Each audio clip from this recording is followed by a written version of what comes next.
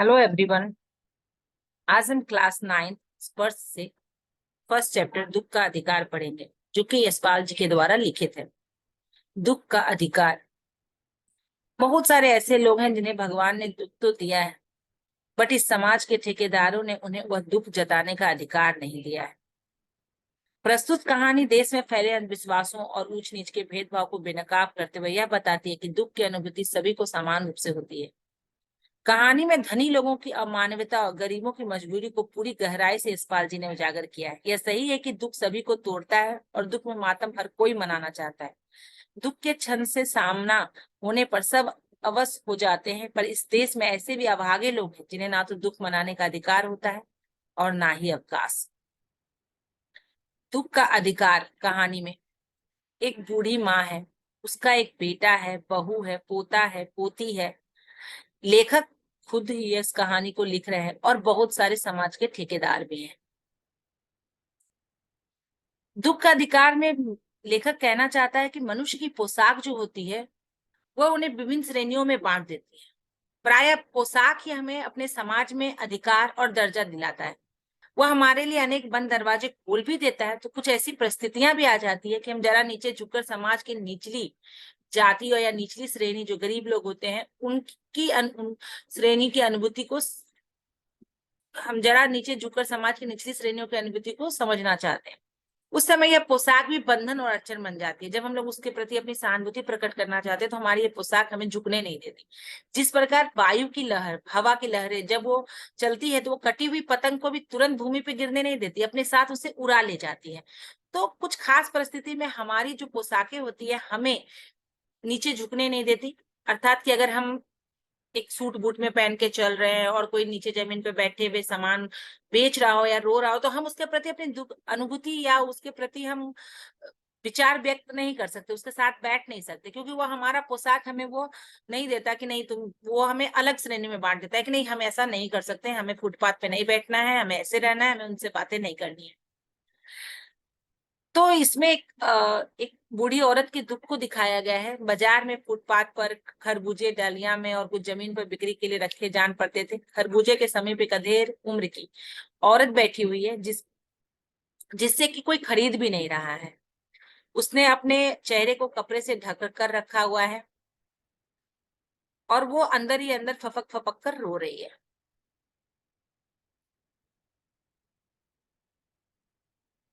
पड़ोस की दुकान के तख्तों पर बैठे बाजार में खड़े लोग घृणा से उस स्त्री को देख रहे हैं और उसके बारे में बातें कर रहे हैं। और लेखक का मन स्त्री का रोना देखकर एक व्यथा सी उठी है, उसके मन में एक हलचल सा उठा है। वो उसके रोने का कारण जानना चाहता है, परंतु फुटपाथ पे उसके समीप बैठ सकने में उसकी पोशाक उसकी अड़चन बन रही है। एक आदमी तो घृणा से उसकी तरफ थूकते हुए यह कहता है कि जवान लड़के को मरे पूरा दिन भी नहीं बीता है और यह बेहाया दुकान लगा के बैठी है। अब लेखक जान गया कि इस औरत की जो बेटा है वो मर गया है, जिसकी वजह से ये रो रही है। दूसरे साहब जो समाज के ठेकेदार हैं वो कह रहे हैं, अरे भाई जैसी जिसकी नियत होती है अल्लाह भी वैसा ही बरकत देता है। कुछ लोग कहते हैं कि ये तो कमीने लोग होते हैं, अच्छे लोग नहीं होते, रोटी के टुकड़े के लिए ही जान देते हैं, इनके लिए बेटा बेटी धर्म ईमान कोई भी मायने नहीं रखता। कोई मरे कोई जिए उससे इनको कोई लेना देना नहीं है। पर कोई ये नहीं समझ पा रहा है कि वह बूढ़ी औरत यहाँ क्यों बैठी है। जवान बेटे के मरने पर 13 दिन का सूतक होता है। ये हम लोग भी जानते हैं कि जब कोई मर जाता है तो 13 दिन का सूतक लगता है, तो लोग वहां से कुछ खरीद खाते पीते नहीं है, तो इसलिए वो वहां सड़क पर बाजार में आकर खरबूजे बेचने बैठ गई है। हजार आदमी आते जाते हैं, कोई क्या जानता है इसके घर में सूतक है। कोई या तो खरबूजे खा ले रहा होगा, और अगर खा ले रहा है तो उसका ईमान धर्म कैसे रहेगा। इस तरह की बातें समाज के ठेकेदार लोग कर रहे हैं। पास पड़ोस की दुकान में पूछने पर पता चलता है कि उस बूढ़ी औरत का एक 23 वर्ष का जवान बेटा था और घर में उसकी बहू और पोता और पोती है। लड़का के पास लड़का शहर के पास एक छोटे से टुकड़े जमीन के टुकड़े में 1.5 बीघा भर जमीन में कचियारी करके एक परिवार का निर्वाह किया करता था। और जब वह सुबह सुबह वहां खरबूजे चुन रहा था और गीली मेड़ की तरावट में विश्राम करते हुए एक सांप पर लड़के का पैर पड़ जाता है और सांप ने लड़के को डस लिया होता है, इस वजह से वह लड़का मर जाता है। लड़के लड़के की बुढ़िया माँ बावली होकर ओझा को बुला लाती है, क्योंकि हम लोग जानते हैं गांव में अगर सांप काट ले तो लोग ओझा गुनी को बुलाते हैं, ताकि सोचते हैं झाड़ फूकने से उसका जहर निकल जाएगा। नागदेव की पूजा करते हैं। तो ये बूढ़ी औरत भी अपने बेटे के लिए ये सब करती है। दान दक्षिणा चाहिए होता है, घर में जो कुछ आटा और अनाज था दान दक्षिणा में वो दे देती है। और उस लड़के, उसकी माँ, उसके बहू और बच्चे उस भगवाना, जो कि उसके बेटे का नाम है, उसे लिपट लिपट कर रो रहे होते हैं।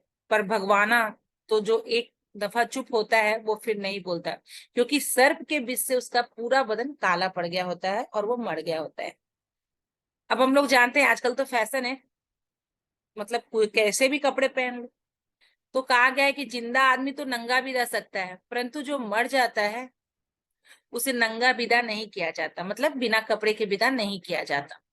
तो उसके लिए तो दुकान से नया कपड़ा लाना ही पड़ेगा, चाहे उसके लिए उसकी माँ के हाथों की छन्नी ककना ही क्यों ना बिक जाए, मतलब घर का सारा सामान उसकी माँ के हाथ में जो वो क्यों ना बिक जाए, उस व्यक्ति के लिए कपड़ा लाना जरूरी है। भगवाना तो परलोक चला गया और घर में जो कुछ चुनी भूसी थी उसे विदा करने में चली गई। बाप नहीं रहा तो लड़के सुबह उठते ही भूख से बिलबिलाने लगे थे। अब दादी उन्हें कैसे देखती इस तरह रोते हुए। दादी तो उन्हें खाने के लिए खरबूजे दे दिए, लेकिन बहू को क्या देती। बहू का बदन भी बुखार से तप रहा था। अब बेटे के बिना बुढ़िया को भी दुअन्नी चवन्नी उधार कौन देता, क्योंकि उधार भी लोग इस ई में देते हैं ना कि चलो ये नहीं चुकाएगी तो इसका बेटा चुका देगा। बट अब उस बूढ़ी औरत का तो बेटा ही चल बसा, तो उसके उधार को कौन चुकाएगा, ये सोचकर अब कोई उसे उधार भी नहीं देते, न देंगे। अब बुढ़िया क्या करे। तो वो रोते रोते अपने आंखों को पोंछते पोंछते अपने बेटे भगवाना के द्वारा जो बटोरा हुआ खरबूजा था वो डलिया में समेट कर बाजार चली जाती है। और करती भी क्या बेचारी, उसके पास कुछ भी खाने के लिए नहीं है।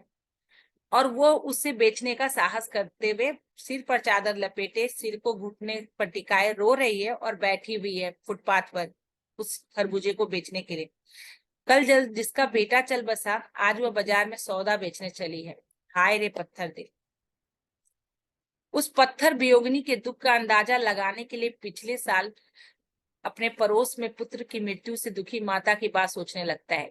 जब लेखक को इस बात का पता चलता है ना, तो उसको वो पुरानी बात याद आती है जब उसके पड़ोस में एक औरत अपनी पुत्र की मृत्यु के बाद 2.5 मास तक पलंग से नहीं उठ सकी थी। उसके सिरहाने तो दो दो डॉक्टर बैठा करते थे, उसके आंखों से आंसू नहीं रुकते थे, उसके सिर पर हमेशा बर्फ रखी जाती थी।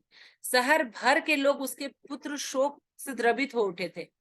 जब मन को सूझ का रास्ता नहीं मिलता तो वो बेचारी से बहुत तेजी कहीं इधर उधर चलने लगती थी, राह चलते ठोकरे खाती थी। वो ये सब सोचने लगा कि अरे वो तो ये सब करती थी। शोक। और ये बूढ़ी औरत बेचारी यहाँ फुटपाथ पे सामान बेचने आई है ताकि उसके घर में कुछ खाने को मिल सके। तो यही सब देख कर लेखक के मन में आता है कि शोक करना, गम मनाने के लिए भी एक सहूलियत चाहिए होती है। इंसान को दुखी होने का भी एक अधिकार होता है। तो लेखक कहता है कि शोक करने, गम मनाने के लिए भी सहूलियत चाहिए और दुखी होने का भी एक अधिकार होता है। धन्यवाद।